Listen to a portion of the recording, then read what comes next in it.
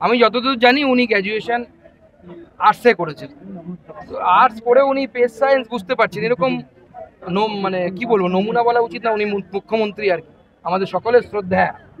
উনি এই ধরনের স্পেসিমেন, ইংরেজিতে স্পেসিমেন বলে, আমরা বাংলায় নমুনা লিখতাম আর কি, এই ধরনের সায়েন্টিফিক স্পেসিমেনকে নাসাতে পাঠানো উচিত, তার উপর গবেষণা হওয়া উচিত। আপনারা জানেন যে আরজিকর কাণ্ড ঘটার পর আমাদের বিজেপি নেতাদের দিনে সেখানে পৌঁছেছিল, যাতে সেই বাচ্চা মেয়েটি আমাদের বলে দেহ যেন সুরক্ষিত থাকে এবং পোস্টমর্টম করা যায় দ্বিতীয়বার। কিন্তু সেই সময় তৃণমূল কংগ্রেসের স্থানীয় বিধায়ক, স্থানীয় যারা কাউন্সিলর, যাদের মধ্যে সোমনাথ বাবুও ছিলেন, সেই সোমনাথ বাবু এবং অন্যান্যরা সেই মহিলার অর্থাৎ আমাদের নির্ভয়ার দেহ পুড়িয়ে দিয়ে তথ্য প্রমাণ লোপাটের কাজ করেছিলেন। আজকে তাকে পুরস্কার হিসেবে পানিহাটির চেয়ারম্যান ঘোষণা করেছেন মাননীয় মুখ্যমন্ত্রী।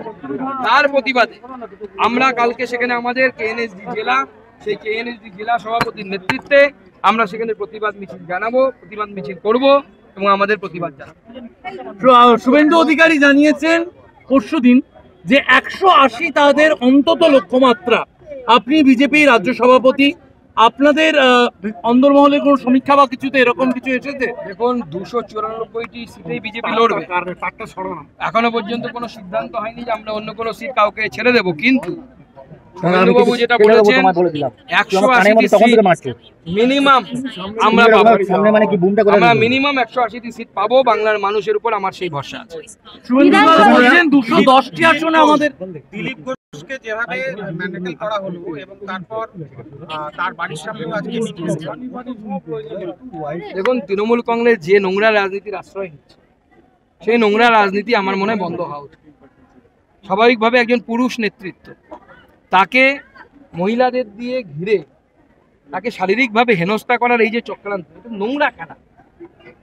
একটা মহিলাকে পুরুষ যেমন ঘিরে ধরে তার মান সম্মান ইজ্জত নিয়ে টানাটানি করলে যে যতখানি গর্হিত অপরাধ হয়, একজন পুরুষকে এবং দিলীপ ঘোষের মতো মানুষকে, যিনি সারা জীবন গৃহ সংসার করেনি, ঘর সংসার করেনি, সেই মানুষকে যদি ঘিরে নিয়ে মহিলাদেরকে দিয়ে উত্ত্যক্ত করা হয়, এটা নোংরা রাজনীতি। এই ধরনের রাজনীতি বন্ধ হওয়া উচিত। মাননীয় মুখ্যমন্ত্রী নিজে হস্তক্ষেপ করে বন্ধ করা উচিত। জানি না ওখানে কোন অশিক্ষিত চেয়ারম্যান আছে ওখানে যে এই রাজনীতি করছেন। কালকে যদি পুলিশ না থাকে, আমাদের মহিলারা যদি ওই চেয়ারম্যানকে ঘিরে ধরে তার জামা কাপড় খুলে নেয়, ভালো হবে তো সেটা?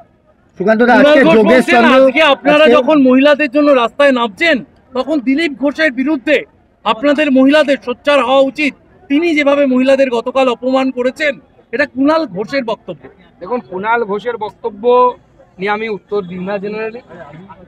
কুণাল ঘোষের বক্তব্যে কুকুর বিড়াল ছাড়া আর কেউ কিছু বলবে না। কুকুরও কি করবে, ল্যাম্প পোস্টে হিসু করে দিয়েছে। যোগেশ চন্দ্র কলেজে আজকে একটি অভিনব পোস্টার দেখতে পাওয়া গেল এবং সেখানে মুখ্যমন্ত্রী দাবি করেন যে তিনি ডক্টরেট এবং তিনি ডাক্তারি পড়েছেন, এবং অন্যদিকে আরও একটি পোস্টার পড়েছে, সেখানে আইনজীবী মমতা বন্দ্যোপাধ্যায় লেখা রয়েছে। উনি সবই পারেন, একাধারে উনি ডাক্তার। না, উনি তো স্পেস সায়েন্স পড়ছেন, আর কি বলবো বলুন? আমার বক্তব্য আর রাখার জায়গা নেই। আমি অল্প স্বল্প বিজ্ঞান পড়েছি, এখন যদি আমি স্পেস সায়েন্স পড়তে যাই, অর্ধেকের বেশি তো মাথায় ঢুকবে না কিছু, অর্ধেক কি 10%ও ঢুকবে না হয়তো স্পেস সায়েন্স পড়তে গেলে। কিন্তু উনি বলছেন যে ওনারও নাকি স্পেস সায়েন্সে পড়াশোনা আছে। আমি যতদূর জানি উনি গ্র্যাজুয়েশন আর্টসে করেছেন। তো আর্টস পড়ে উনি স্পেস সায়েন্স বুঝতে পারছেন, এরকম মানে কি বলবো, নমুনা বলা উচিত না, উনি মুখ্যমন্ত্রী আর কি, আমাদের সকলের শ্রদ্ধা। উনি এই ধরনের স্পেসিমেন, ইংরেজিতে স্পেসিমেন বলে, আমরা বাংলায় নমুনা লিখতাম আর কি, এই ধরনের সায়েন্টিফিক স্পেসিমেনকে নাসাতে পাঠানো উচিত, তার উপর গবেষণা হওয়া উচিত। সর্বাধিনায়িকা এই যে পোস্টার, প্রথমে অভিষেক বন্দ্যোপাধ্যায় এবং পাল্টা আবার অধিনায়ক এবং অধিনায়িকাটা কার? চোর কোম্পানির কি? তাহলে ঠিক আছে, আমাদের কোনো অসুবিধা নেই। বাংলা সর্বাধিনায়ক একমাত্র নেতাজি সুভাষচন্দ্র বোস, এই নিউনি, আর কেউ না। হ্যাঁ, চোর কোম্পানির যদি সর্বাধিনায়ক সর্বাধিনায়িকা যা যা হওয়ার ইচ্ছে, সর্বাধিক ভিলেন সব হয়ে যাক, নায়ক নায়িকা ভিলেন, আমাদের কোনো আপত্তি নেই। ওই চোর কোম্পানির মাথায় কে কি বসলো, ওটা নিয়ে বিজেপি মাথা কামাবে। হাওড়ার বেলগাছিয়ায় যেভাবে জলের পাইপলাইনের সমস্যায় কার্যত বেশ কয়েকটি ওয়ার্ড, সেখানে জল নেই, কিছু না, কার্যত তাদের বাড়ি ভেঙে পড়ছে অনেকের।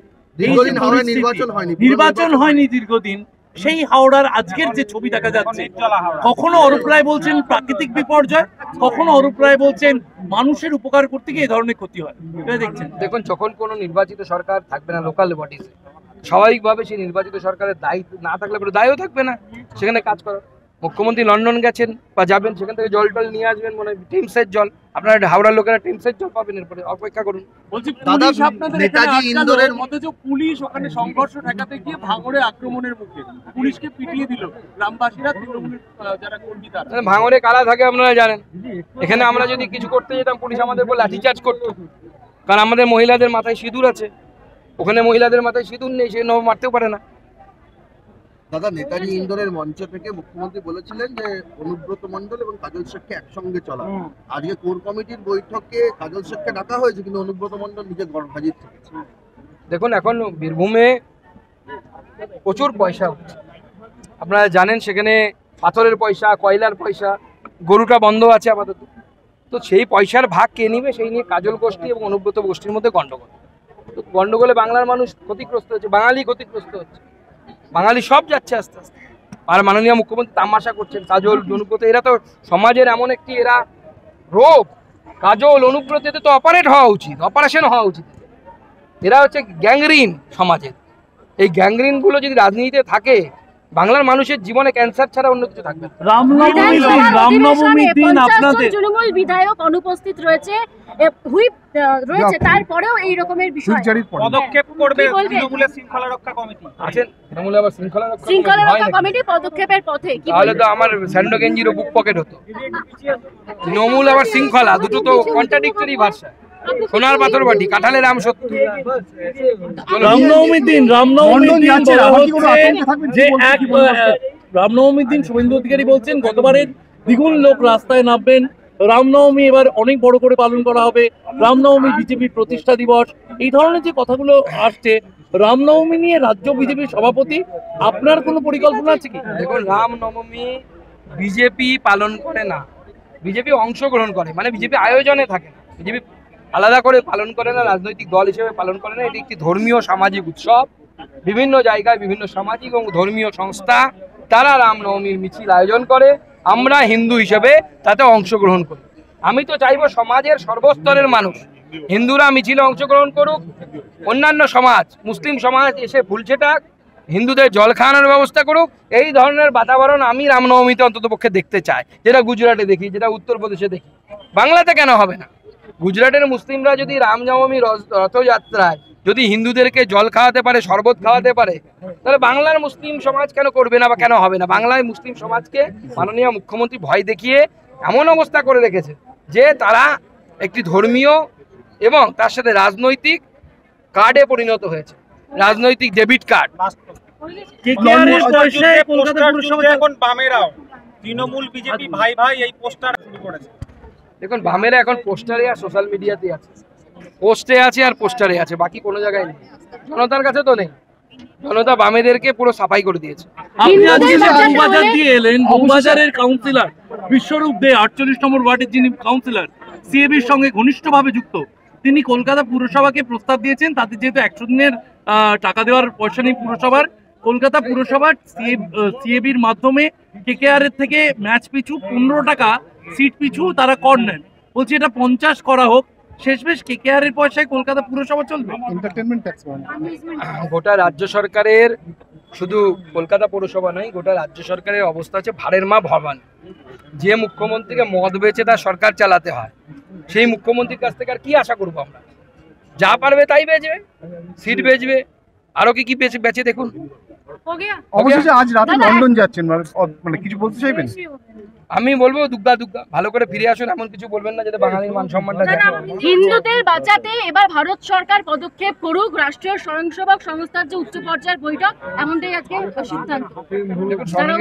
সঙ্গে রেজলিউশন আমি এখনো পাইনি হাতে, পেলে পরে এই বিষয়ে বিশেষ কিছু বলার অধিকার তো আমার নেই, আমি সংঘের মুখপাত্র নই, কিন্তু একজন সাধারণ স্বয়ংসেবক হিসেবে, সংঘের স্বয়ংসেবক হিসেবে আমার যেটা মনে হবে পরে বলবো। সভাপতি নির্বাচন কত দূর? ওটা দিল্লির এখতিয়ার, আমার এখতিয়ারের মধ্যে। জেলা সভাপতি বাকি? জেলা সভাপতি হয়ে গেছে 25 খানা, আর 14 খানা লাইনে আছে, পাইপ লাইনে আছে, হয়ে যাবে, কয়েকদিনের মধ্যে হয়ে যাবে।